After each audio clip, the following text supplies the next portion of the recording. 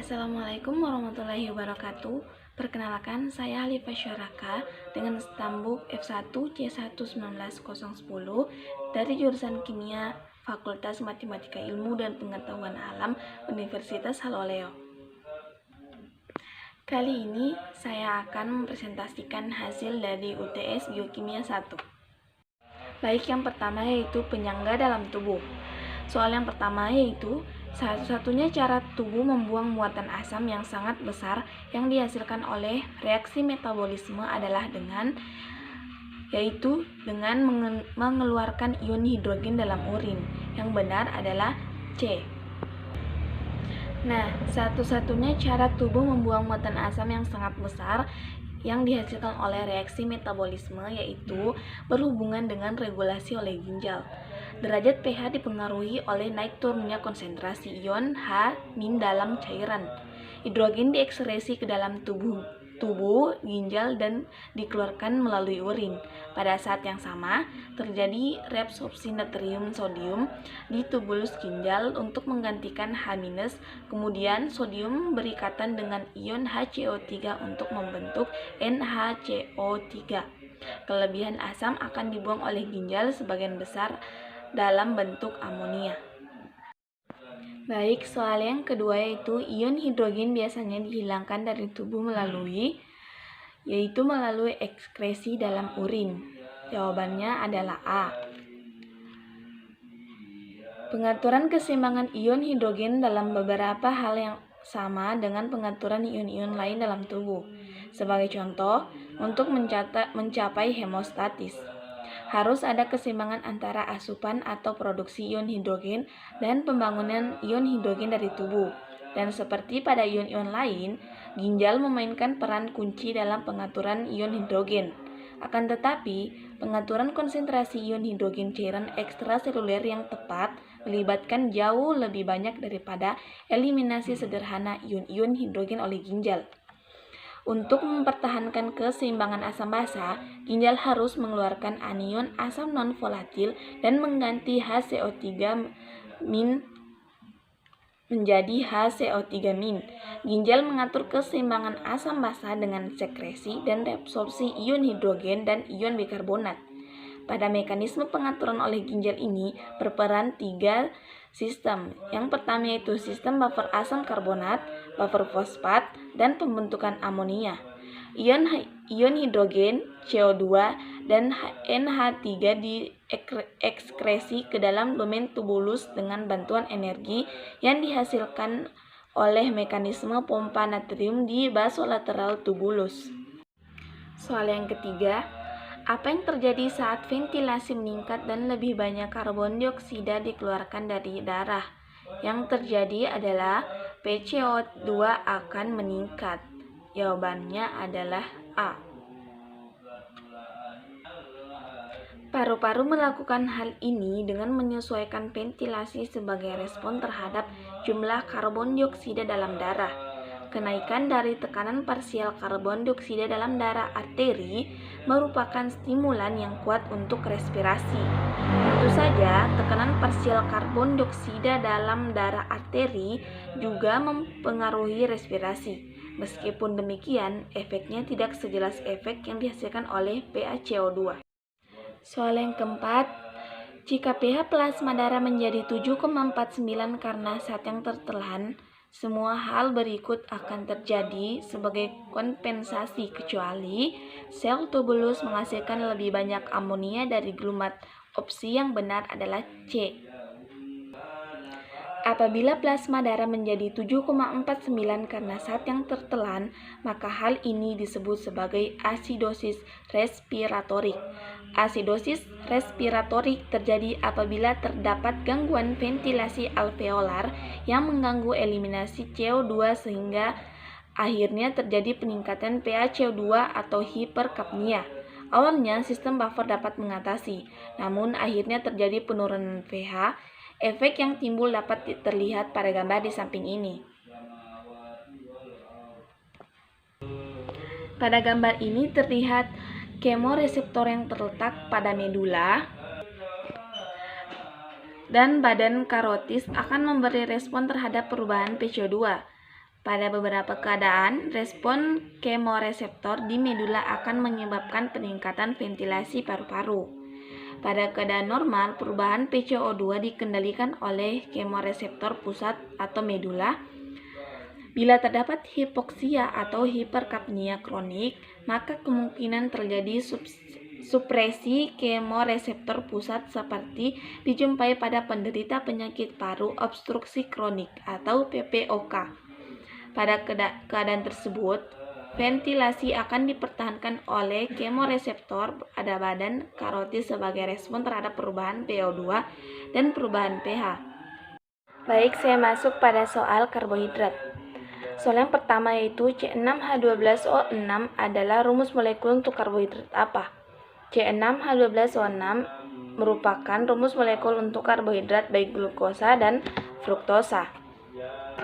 Monosakarida sering disebut gula sederhana atau simple sugar adalah karbohidrat yang tidak dapat dihidrolisis menjadi bentuk yang lebih sederhana lagi. Contoh monosakarida adalah glukosa, fruktosa, galaktosa, dan ribosa. Fruktosa dikenal juga sebagai gula buah dan merupakan gula yang paling manis, sedangkan glukosa merupakan gula yang paling penting dalam tubuh manusia. Fruktosa adalah polihidroksiketon dengan 6 atom karbon. Fruktosa merupakan isomer dari glukosa, di mana keduanya memiliki rumus molekul yang sama namun memiliki struktur yang berbeda.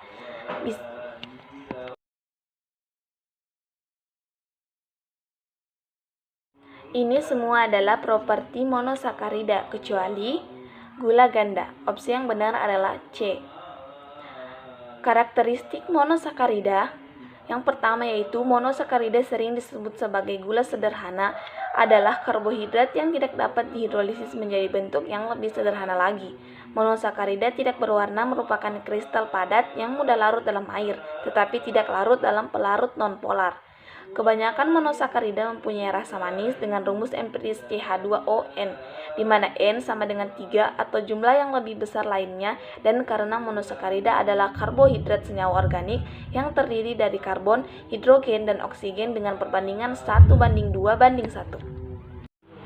Soal yang ketiga yaitu ini semua adalah sifat di sakarida kecuali opsi D, rasio 1:2:1.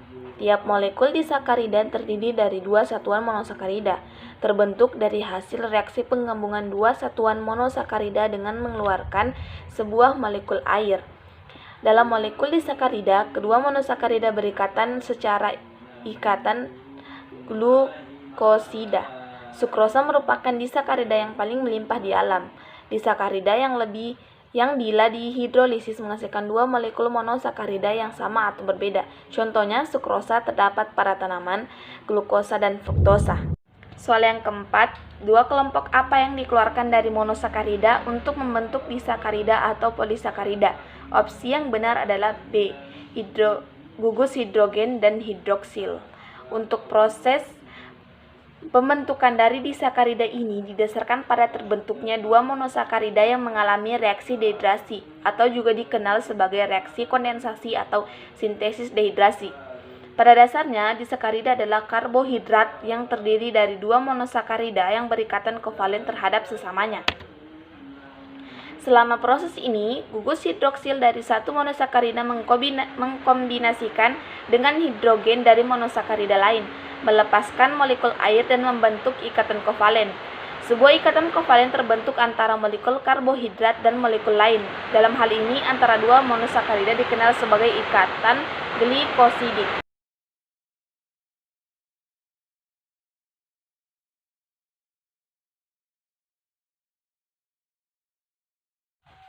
Soal yang kelima, rumus umum monosakarida adalah A. CnH2NON. Satuan karbohidrat yang paling sederhana dengan rumus CnH2NON di mana N sama dengan 3-8. Contohnya C3H6O3 atau triosa. Soal yang keenam, gula aldosa adalah A. gliserosa. Aldosa adalah jenis monosakarida yang memiliki gugus aldehida. Aldosa juga merupakan enzim yang bekerja tanpa bantuan oksigen dan terlibat dalam reaksi glikolisis, yaitu reaksi pemecahan glukosa menghasilkan energi. Aldosa bekerja mempercepat katalis. Pada salah satu tahap reaksi glikolisis, enzim ini mengubah satu molekul fruktosa 1,6 difosfat atau HDP menjadi dua molekul yang berbeda, yaitu satu molekul gliseraldehid 3-fosfat atau G3P dan satu dihidroksiaseton. Gliseraldehid atau gliserosa merupakan karbohidrat paling sederhana. Karbohidrat ini hanya memiliki 3 atom C atau triosa berupa aldehid atau aldosa sehingga dinamakan aldotriosa. Berikut ini adalah contoh-contoh monosakarida. Soal yang ketujuh yaitu berapakah jumlah isomer glukosa? Jawabannya adalah D, 16. Glukosa adalah monosakarida dengan rumus C6H12O6 dengan 5 gugus hidroksi tersusun spesifik pada 6 atom karbon. Glukosa rantai terbuka mempunyai 6 rantai karbon dari C1 sampai C6. Pada C1 terdapat gugus fungsi aldehid, sedangkan C yang lain mengikat gugus hidroksi dan atom hidrogen. Gugus hidroksi pada C2, C4, dan C5 harus berada di sebelah kanan, sedangkan gugus hidroksi pada C3 harus berada di sebelah kiri. Penyusun struktur glukosa yang demikian dinamakan proyeksi Fischer. Berdasarkan jumlah atom C chiral atau atom yang memiliki 4 tangan yang berbeda atau punya atom C simetris, maka isomer dari glukosa adalah berjumlah 16 buah. Rumus isomer sendiri adalah 2N, di mana N merupakan jumlah atom C chiral simetris.